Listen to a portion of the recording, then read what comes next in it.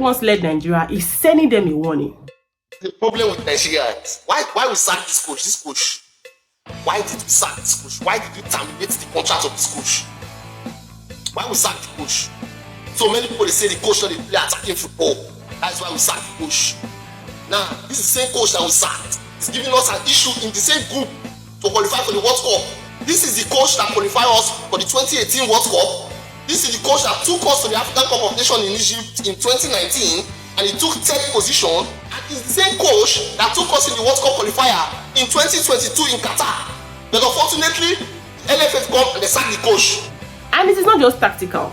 Gernot Rohr was Nigeria's coach, former coach. So can his insight to the Nigerian gameplay actually tilt the balance? Guys, today we'll be talking about Nigeria's path to the World Cup 2026, the permutations in the group stages, what a win or loss actually means for us. So actually watch to the end because we really want to analyze how this coach might actually be a stumbling block for us tomorrow in the games. Don't forget to smash the subscribe button. My name is Mama Sita. I always tell you I keep it 100, but in this video I'm going to step it to 101.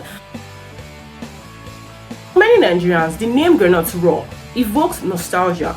The man who once cheered our Super Eagles, but now he stands across us as Benin's coach.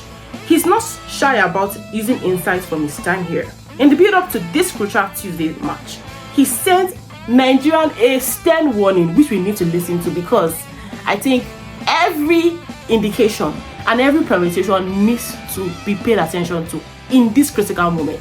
Guys, I analyzed the 3-point deduction prediction in my last video. I'm going to link it here. And we know how that has helped Nigerians. Although people called me delusional, but guess who is delusional now? Anyway, all of you who called me delusional, I still love you guys, so ensure you stay subscribed to this channel. So now, we need to really look into this and pay attention to it. Today, we're going to unpack Rohr's message and motive, Nigeria's chance, what happens if we win, draw or lose, Group C stable flow and permutations, including the 3-point deduction saga, other countries in the group and their roles, playoff probability for Nigeria, and what we truly need. First, a quick glance to the Nigerians' journey so far in the World Cup. I would say that we have had the highs and lows, where we won, where we drew, where we actually won again, and I would say that so far so good. The Super Eagles have been doing their best to represent us. We have had a lot of players, showed up on that pitch, and even surprisingly, for people having their debut, should I say play, especially in the last match, and it was really nice to see because they're really representing our country well, and they're really igniting the hope that okay, maybe we would actually qualify. But if I'm being honest, a lot of Nigerians are like, oh, is it really possible? But I think maybe that 3-point deduction from South Africa actually really helped boost our morale again. So, but I'm always here supporting the Super Eagles. So Nigeria is in Group C with Benin, South Africa, Rwanda, Zimbabwe, and Lesotho. The group winner qualifies directly for the World Cup. The runner-up might go further into the playoff, depending on CAF's decisions. Recently, South Africa was penalized for fielding an illegible player, and a 3-point were docked, a decision that reshaped the standings, just like I analyzed in my last video.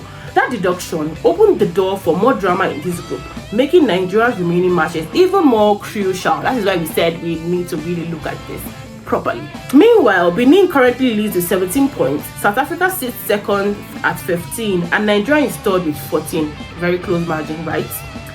But remember, all three have mathematical chances to top the group. Now, looking at Gernot Rohr's history with Super Eagles, well, here's the twist. Rohr coached Nigeria in the past years, notably the run-up to the 2018 World Cup. He knows the players, the federation politics, the internal pressures. Now, he's leveraging that knowledge against his former side. It's like a former friend camping to another Chelsea party, and now they are using your information against you in broad daylight, guys. In recent interviews, Rohr has warned his Benin players about discipline, stating that 9 players are 1 booking away from suspension, and that's because I think he had mentioned that 2 of his players have received a yellow card, so they are actually shots of players already. He urged composure to avoid needless fouls or red cards that would derail their campaign, and this is not coming from anywhere because he knows the country is about to play with. And for him to give them a stern warning on live TV, it's also passing a message to Nigerian players that they are here for business. So we need to be awake in Uyo. He also expressed concerns about Benin's disciplinary record and is actively reminding his squad that one reckless challenge could shift the momentum. Bottom line, this warning is not just about fouls or missing players. This is a psychological gameplay. And we all know that the mental actually rules the physical. There's a way you could think, even if you're not feeling well, and if you are okay mentally, there's a way you can carry yourself as compared to you having, mental illness is one of the most deadliest for me. It's just like a silent killer. You might not actually really know.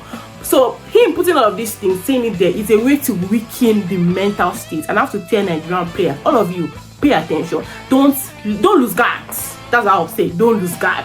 He is reminding Benin players of fragility, invoking discipline issues, and subtly signaling to Nigeria, saying, I know your weakness. I have been there, taught you guys, coached you guys, been through it all, and I know what you guys are for. But then, one thing about Nigerians is we always have the Uno reverse card. You can never ever really check us, truly. So now let's turn the lens on Nigeria, our strengths, our interactions, and the gameplay for us. For injuries and suspension, Ademola Lookman is suspended for the Nigerians versus Benin match due to yellow card accumulation. So that's another player down. The team also has to manage from injuries and tactical cohesion under coach Eric Shell, who has recently been criticized for NFF substitution and tactics. Then the match is holding in Uyo, which actually will have more Nigerian supporters, and let's be honest, Nigerian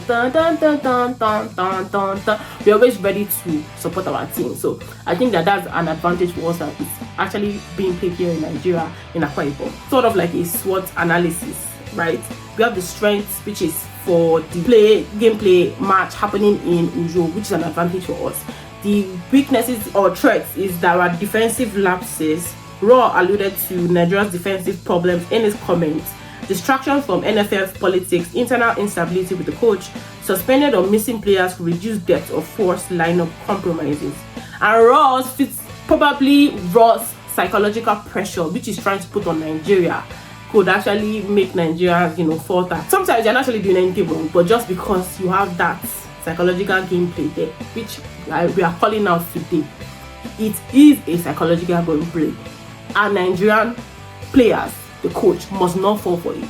No, we said no. I feel like Benin might want to exploit that angle. For scenario outcomes, what happens if we win, lose, or we draw? If we win, Nigeria leapfrogs or ties Benin, depending on other results. If South Africa fails or draws, Nigeria can take the top spot, meaning that we qualify, automatically, no playoffs, which is what we want. Yeah. If we draw, likely not enough to overtake Benin, could end hopes depending on South Africa's results. It's funny how vis-a-vis these two countries, South Africa and Nigeria, is like it's like a cause and effect thing. Loss, if we lose, Nigeria's automatic qualification dreams end. At best, we may hope for a playoff route, depending on our CAF's decision, which just pray it does not happen, right?